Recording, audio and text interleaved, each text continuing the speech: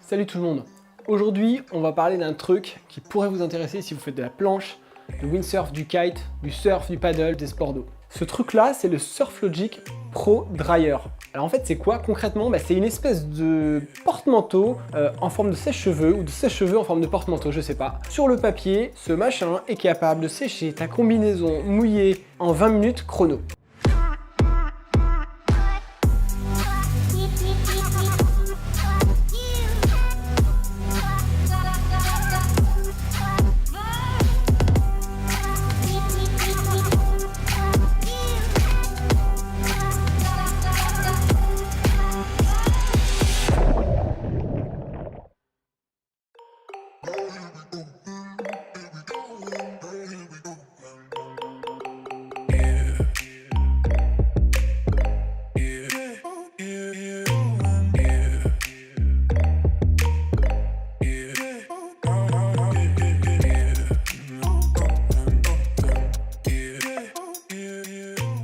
On a un espèce d'engin en plastique avec une prise.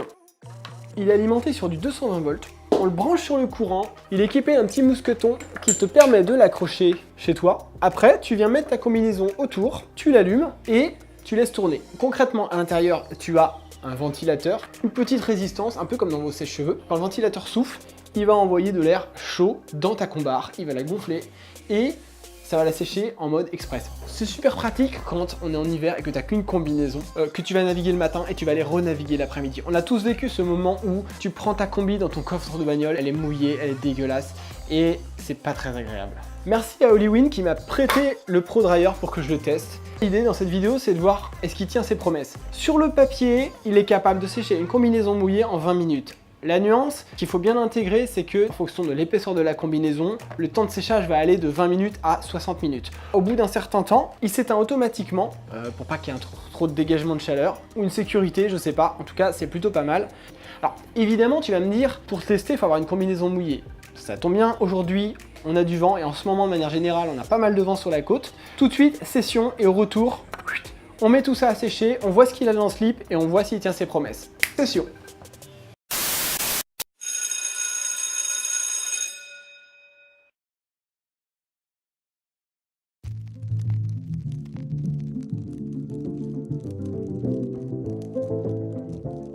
Bon, c'est pas méga dingue, c'est sud-est. Il y a pas mal de kites. J'ai créé, puis on va voir ce que ça donne. Je pense que je vais mettre 4-8.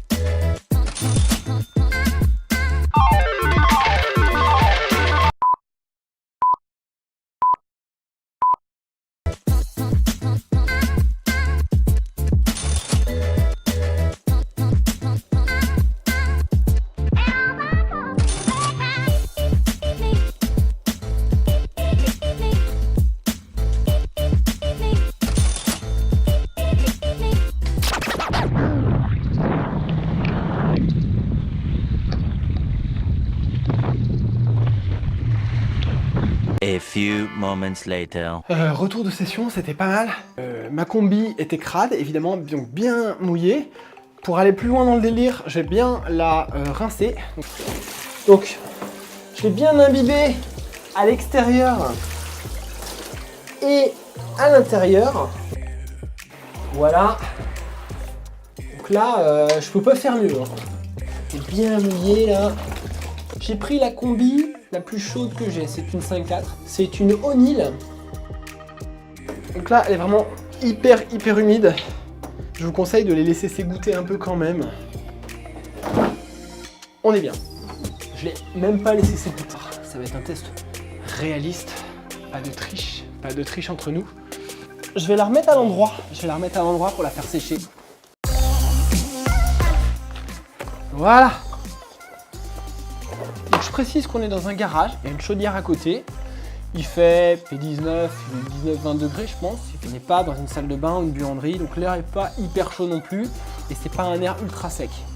Alors, prise de courant. Branchage. C'est branché. J'enfile ça donc, comme un cintre. Là, j'accroche. Donc là, ça goûte. Je vais allumer la bête.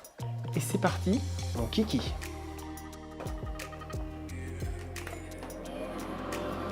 On lance un chrono.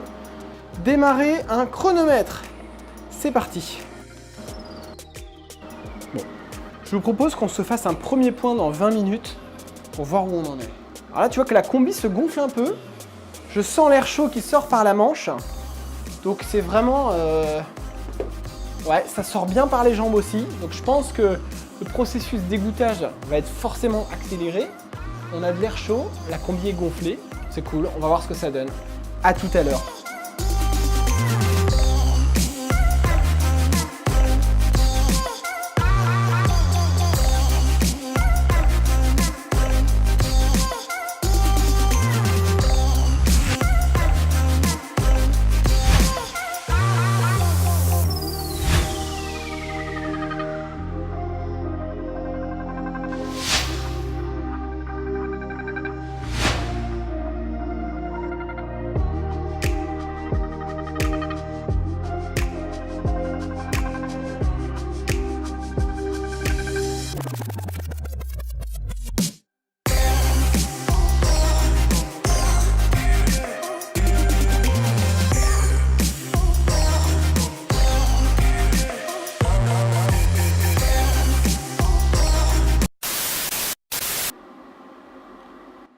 « 20 minutes. Premier bilan à 20 minutes. La combarre ne goûte plus. Il y a toujours de l'air chaud qui sort. L'extérieur est encore bien mouillé au toucher. Mais bon, il y avait tellement d'eau dans la combi. Combiné au fait que la combi fait 5.4, donc c'est une combi d'hiver qui est épaisse, et le fait que je l'ai vraiment imbibée volontairement, là, c'est encore bien mouillé. Au bout de 20 minutes. On passe à 50 minutes et on voit ce que ça donne. Je le rallume tout de suite et on est reparti pour 30 minutes. Voilà, je vais relancer le chrono. Tu noteras que sur l'interrupteur, petite protection caoutchouc pour étanchéifier, ce qui est pas mal, comme ça s'il y a un petit peu d'eau, pas de courjus. C'est parti! Il y a quand même vachement de flotte, hein.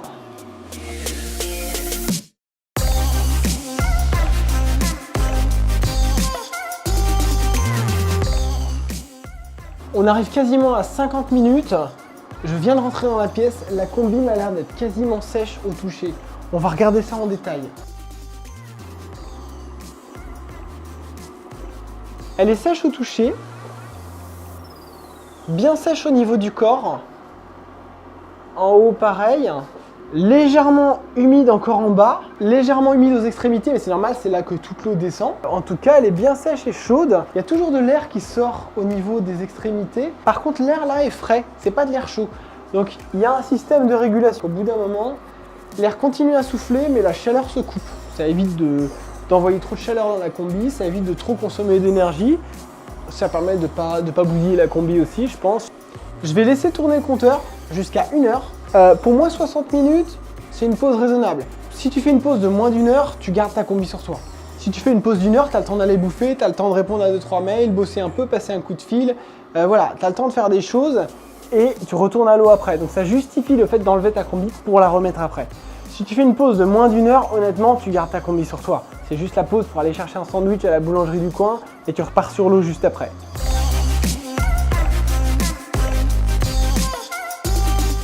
Alors tu vois là, quand je mets ma main, l'air est reparti au chaud. Donc il y a clairement un système de régulation où un coup la résistance chauffe et au bout d'un moment, peut-être quand elle est trop chaude, elle se coupe. Donc ça alterne entre de l'air chaud et l'air ambiant ventilé. Bon les amis, on y est presque. 1h, 60 minutes. Et je vais couper tout de suite. Bah, j'ai pas grand chose à dire si ce n'est que elle est archi sèche. Elle est archi méga sèche. J'ai quand même pas choisi l'option la plus sympa parce que la combi, je l'ai mouillée en naviguant, je l'ai rincée, donc je l'ai encore plus imbibée d'eau lorsque je l'ai rincée. Je ne lui ai pas laissé le temps de s'égoutter, alors que quand tu rentres d'une session, souvent ta combi elle a un peu égoutté sur la porte du camion. J'ai pris, on va dire, le schéma, le cas de figure le plus pourri qui soit.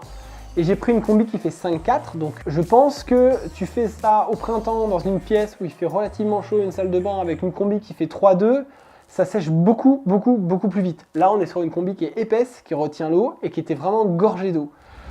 Conclusion du test, le petit Pro Dryer, il tient ses promesses, c'est-à-dire que pour une combinaison de 5,4, on est plus sur 1 heure de temps de séchage.